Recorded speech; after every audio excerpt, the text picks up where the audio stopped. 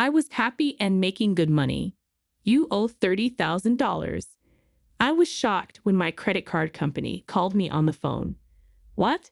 There's no card? After that, I stopped the payment right away. My husband called me a million times while he was away.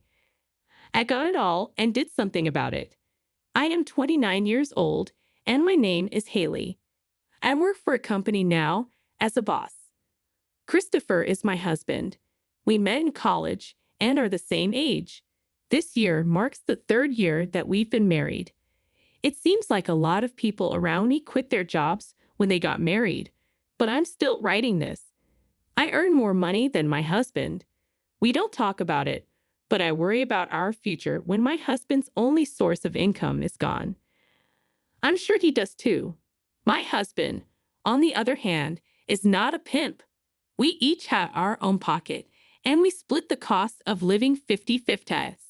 I can spend the rest of the money however I want.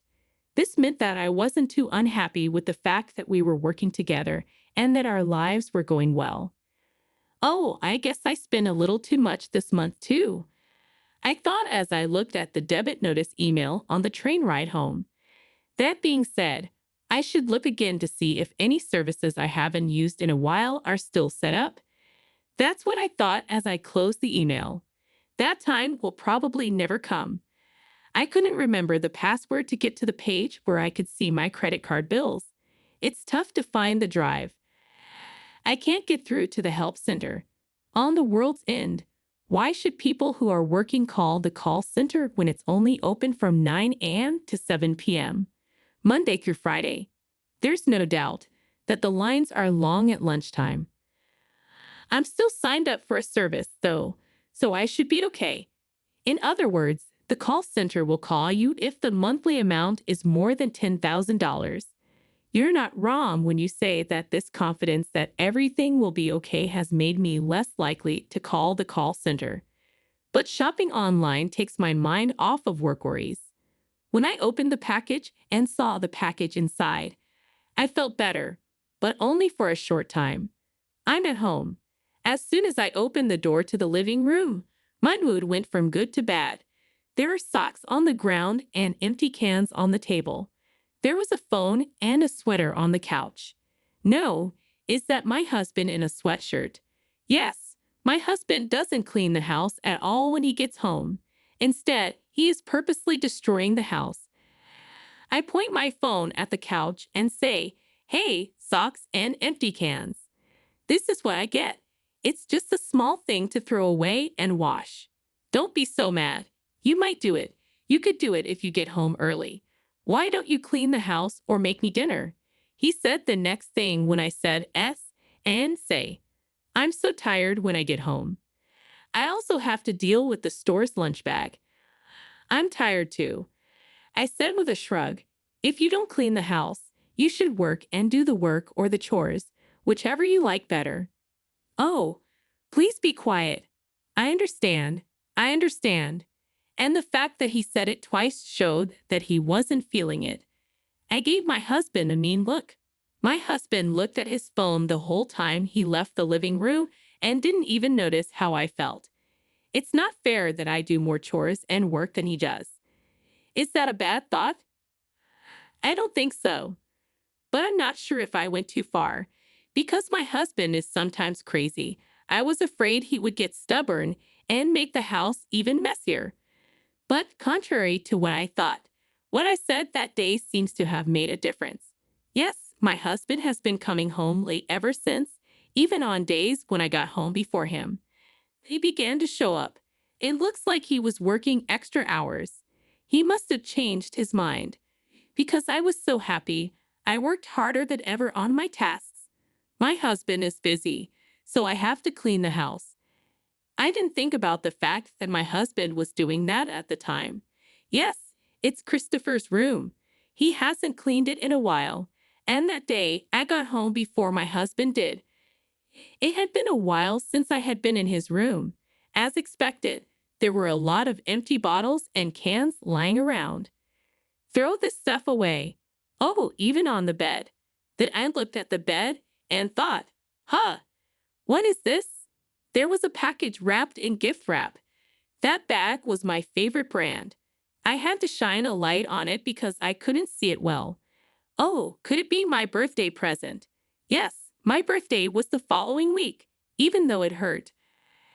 I chose to act like I hadn't seen the package and leave it alone. But on my long-awaited birthday, the box never showed up. Hey, do you know what day it is today? Oh, it's your birthday, right? Yes. Did you forget? No, I remember, she said. Aren't you happy about something? Didn't I give it to you last year? What did you do? You know, you're old enough to be honored. My husband spit that out without a care in the world and went to his room. Then what do you mean? It was that box that made me feel uneasy from that day on. Right then, something took place. My husband said all of a sudden, "This is it. I'm going on a work trip to another country next week." What? A business trip to another country? Had to raise my voice. That's not how I remember your business being. You've never been on a business trip outside of the United States, let alone within the country, have you? Then my husband said, "They gave me this assignment because I've been doing well and deserve it." Oh, you mean? He told me I could believe him if I hadn't seen the box, but I couldn't accept what my husband said at that time. I was scared to go into his room on the day of his business trip after seeing him off early in the morning.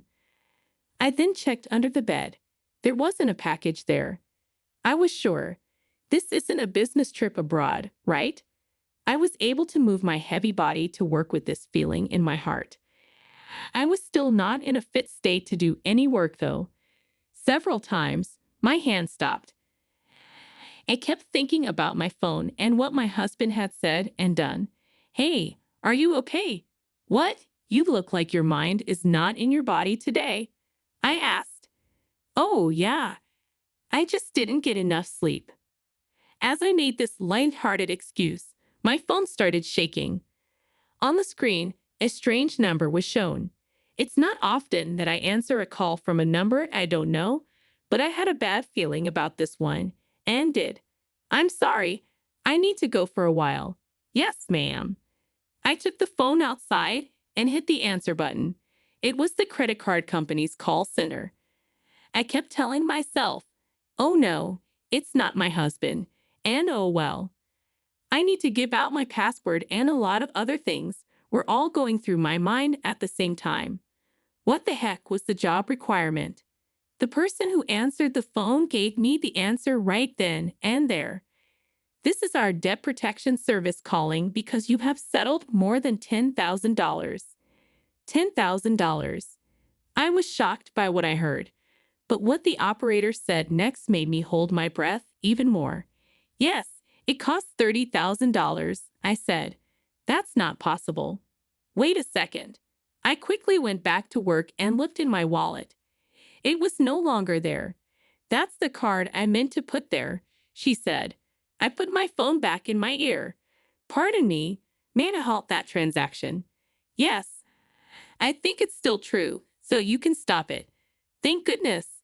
It made me feel a little better. No, that's not the end of it. I kept going. "And please take care of the stolen card. Right now, I don't have my card with me." I said, "Yes, sir, I will do it right away." Even though I didn't understand, I did what the operator asked and was able to finish the process. I then hung up the phone. The heartbeat in my chest didn't stop for a while after I took the phone call. "I'm sorry, I'm not ready to talk. I'm not able to work. I'm sorry, but I need to go." Early, it seems my credit card was stolen and almost misused, and I've got a lot of things to deal with. I got off track and called my boss. I had a lot of worry at work, and my boss was okay with me leaving for the day. I grabbed the train quickly, and when I looked at my phone, I saw that my husband had called me a million times. It was like he was saying he was the bad guy. I ran home quickly. I quickly took off my shoes, set down my bag, and went to my husband's room. It was on his desk, so I opened it up and looked at the search history. The first thing on the list that caught my eye was a luxury cruise and a travel plan for two. I wasn't asked to go to that event. I looked at the destination and was sure it was the work trip my husband had talked about. He could no longer call it a work trip. I looked through my old emails. That's it. That's it. The name of the person is written there. Mario. What the heck is this woman? I was going to hit the keyboard out of anger, but instead I looked at what I thought was proof in a rough way. My phone wouldn't stop ringing while I checked. Oh my God, shut up. Oh yes, and while I'm at it, I'll use the password I got from the call center earlier to check my credit card usage history. I went to my page and looked through my records of uses. What? What is it? As I scrolled through, my mouth kept getting wider and wider. I forgot about a payment. After that, the money was paid for that brand of bag. Yes, it all made sense. In short, Christopher paid off his mistress Rio with my credit card and even took a trip abroad that he said was for work. Oh no, I don't want to boo. Boo. After several calls, I finally picked up the phone with all my might. What? You finally picked up after calling over and over. The credit card doesn't work. When my husband spoke, he was already talking about the card. Whose? When I asked him directly, he mumbled. You ask whose? Yes, but I don't have a credit card. That is, you took my credit card, right? My husband got antsy while I worked. No, that's not theft. I took it from someone. When you're abroad, it's easier to use than cash. When I'm on work trips, I use it for many things. Work trips. That's correct. What if it gets in the way of my work? It was meant to look like my husband was on a work trip, but I told him what I meant. What about a luxury cruise? What? Why do you want to know that? Well, that's business entertainment. A fun time for Rio? Why do you need to talk about Rio? Was she happy with the designer bag? What are you going to say? Did you just call Rio in a nice way? Do you really want to act like you don't know her? What? What do you want to say? I understand everything. I know that you tried to spend $30,000 on a luxury cruise and a vacation package for couples.